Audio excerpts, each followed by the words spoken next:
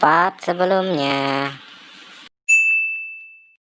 Jangan main HP, cak matanya nanti. Oh gitu? Nggak boleh main HP ibunya?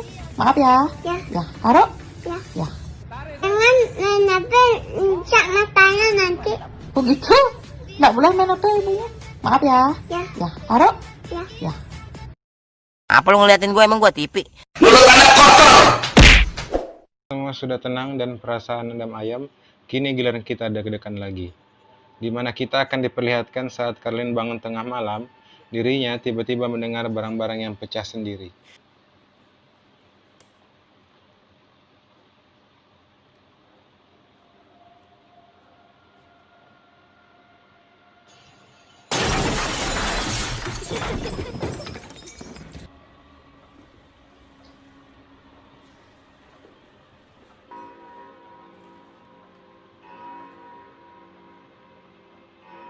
Hingga sampailah dirinya di ruang basement, Carlin pun mengira bahwa ada seseorang di sana. Saat akan kembali ke atas dan mengunci basement tersebut, tiba-tiba Carlin pun jatuh tapi beruntung tidak cedera. Hingga lagi-lagi, Carlin dikejutkan dengan dilihatnya bola terlempar sendiri. Lantas dia pun naik, tapi lampu pecah sendiri. Karena gelap, ia pun menyalakan korek. Dan tiba-tiba lagi,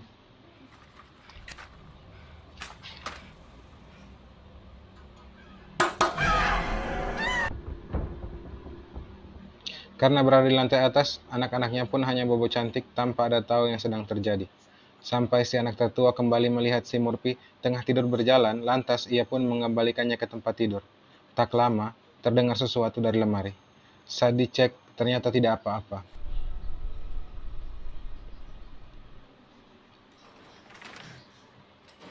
Sementara itu, Murphy bangun dan langsung melongok melihat ke arah atas lemari, dan tiba-tiba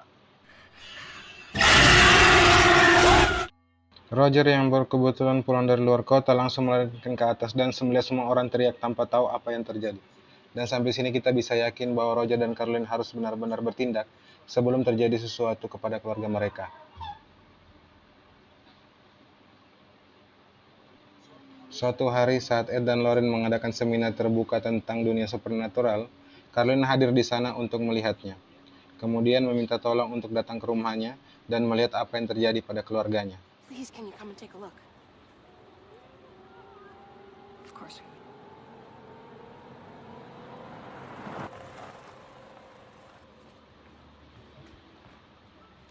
Saat sampai di rumah Carolyn, Ed dan Lauren pun diperkenalkan kepada anggota keluarga, kemudian langsung menceritakan tentang semua gangguan yang terjadi, di mana pintu sering mengituk sendiri, jam dinding berhenti, bau busuk yang menyengat, burung mati, dan foto jatuh sendiri, dan listrik sering mati. Ed pun menjelaskan bahwa hal-hal tersebut merupakan tanda adanya aktivitas supernatural di rumah ini. Kecuali yang terakhir sih, mungkin listrik mati, karena Roger tidak isi token listrik. Saat dibawa ke basement, akhirnya Lauren pun bisa merasakan bahwa telah terjadi hal mengerikan di masa lalu. Ed pun mulai menginterview Roger dan Carolyn untuk mendapatkan informasi secara detail. Sementara itu, Lauren pun mencoba melakukan percakapan persuasif dengan anak bungsu mereka. Si bungsu pun mengatakan bahwa yang memiliki teman hanya bisa lihat dari cermin berputar, untuk pun itu Lauren melakukannya.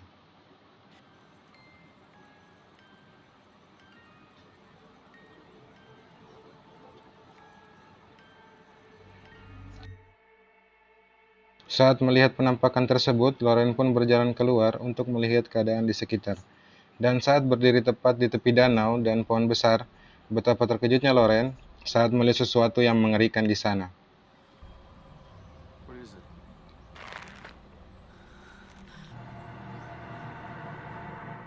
Hingga bisa disimpulkan bahwa dahulu di rumah itu telah terjadi sesuatu hal yang buruk, sehingga membuat rumah tersebut dipenuhi arwah penasaran.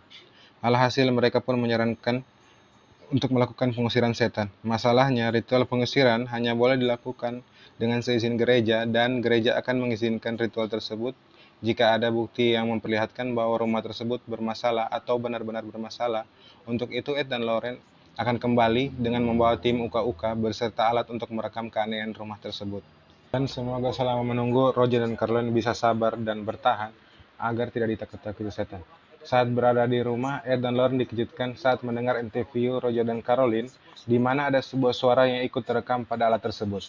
Dan yang pasti, suara tersebut bukan penyiar radio atau suaranya orang lain, tetapi suara makhluk halus yang memiliki frekuensi lain.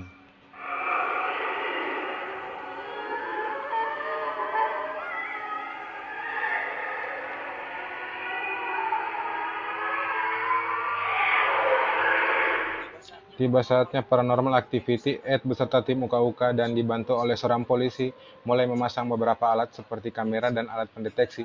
Hingga saat semua selesai dipasang, tiba-tiba pintu terbuka sendiri. Melihat hal itu, situasi pun berubah menjadi hening dan semua orang mendekat ke pintu tersebut. Dan tiba-tiba,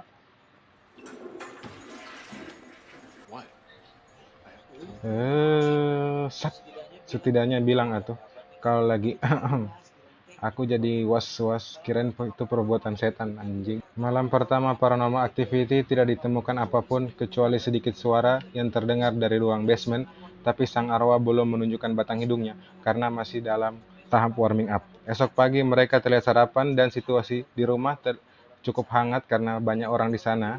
Karena Caroline tidur larut malam, Lauren pun menyuruhnya untuk tidur dan menghentikan pekerjaannya. Saat sedang menjemur pakaian di belakang rumah, Lauren pun melihat langit yang berubah menjadi gelap dan angin bertiup kencang. Tiba-tiba,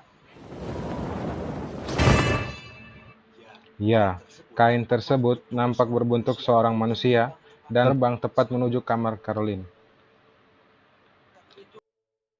Sementara itu, Caroline yang sedang tertidur tiba-tiba mengalami stigmata dan seperti ada orang yang menaiki tubuhnya. Dan tiba-tiba,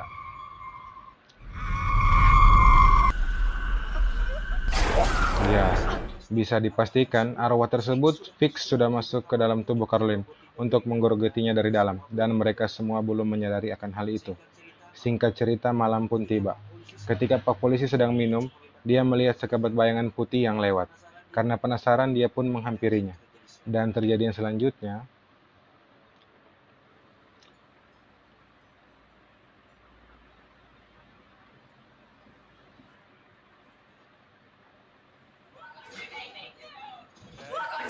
Ed dan kawan-kawan pun menghampirinya, tapi si hantu keburu kabur.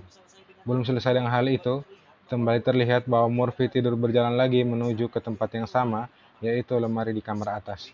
Saat diperiksa, Murphy pun seketika hilang, dan dengan alat sinar UV, akhirnya Ed berhasil menemukannya di belakang lemari, tepat di belakang antara ruang dan lemari. Setelah diselamatkan, si bungsu pun mengatakan bahwa teman imajinasinya di situ bersembunyi.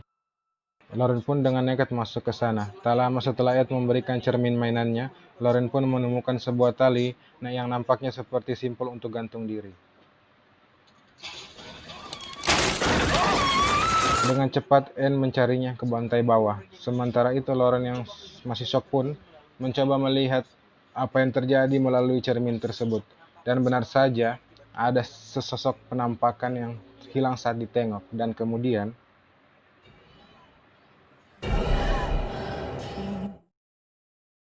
tak cukup sampai di situ, Lauren pun kembali dikagetkan kaki yang tergantung dan menghampirinya. Sudah tidak tahan dengan itu, Lauren pun teriak dan lari ke atas. Akhirnya, Lauren pun menyimpulkan bahwa terjadi sesuatu pembunuhan oleh seorang ibu kepada anak-anaknya yang disebabkan oleh roh jahat. Yang seperti penghuni lama, roh jahat itu pun mencoba memasuki Caroline untuk membunuh anak-anaknya. Tak lama, salib-salib di sana pun terjatuh sendiri. Hingga tiba-tiba rambut Nancy terangkat, kemudian ditarik oleh sesuatu yang menyebabkan kejadian di luar nalar.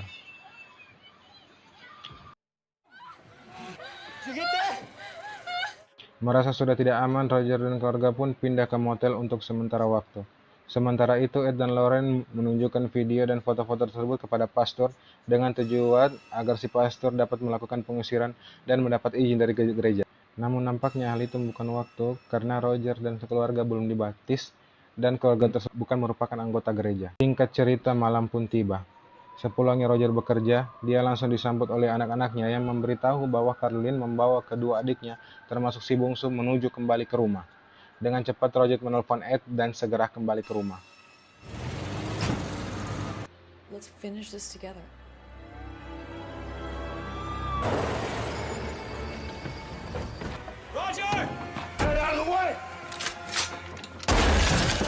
Tibanya di rumah, terlihat Carlin sudah memegang sebuah gunting untuk menusuk Christine, anaknya. Si bungsu sendiri menghilang entah kemana. Saat dibawa ke mobil untuk menemui pastor, Carlin pun tiba-tiba terlempar dan tertarik kembali ke dalam basement. Hingga akhirnya Ed memutuskan untuk melakukan pengusiran setan secara independen.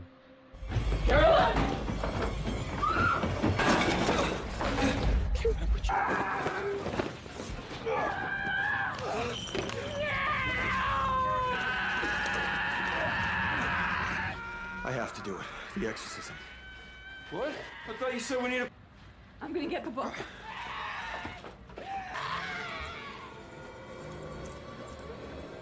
Saat ritual dimulai, terlihat keadaan sekitar semakin gelap dan mencekam. Vade retro, Satan.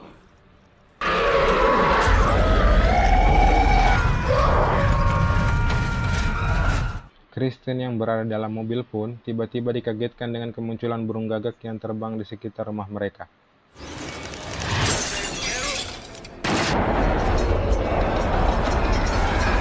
Beberapa bait kalimat diucapkan, tiba-tiba Carlin terdiam. Potestate diaboli! Princeps interpectoribus! Liberinis invisibili et ubique in hoc seculo liberator.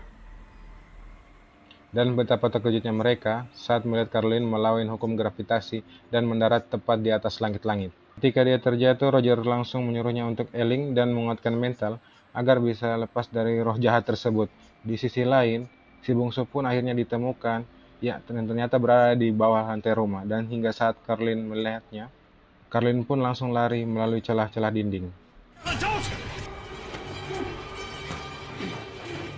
Beruntung Ed dan Lauren berhasil mencegahnya dan langsung melanjutkan ritualnya, hingga akhirnya iblis tersebut bisa dikalahkan.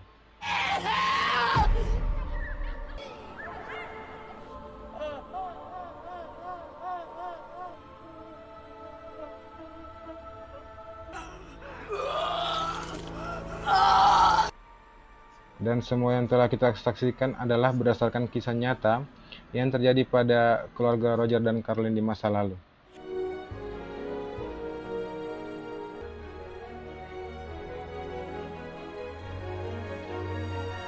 Tamat, ending yang sangat mengodadingkan.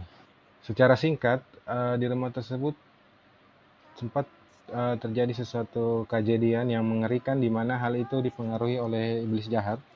Karena Roger dan Carlin datang ke rumah itu dengan mental yang kurang kuat dan tanpa diisi sebelumnya, akhirnya si iblis pun masuk ke dalam tubuh Carlin dan mengulang kejadian yang sama, yang pada akhirnya ini menjadi sebuah fenomenal yang cukup menghororkan.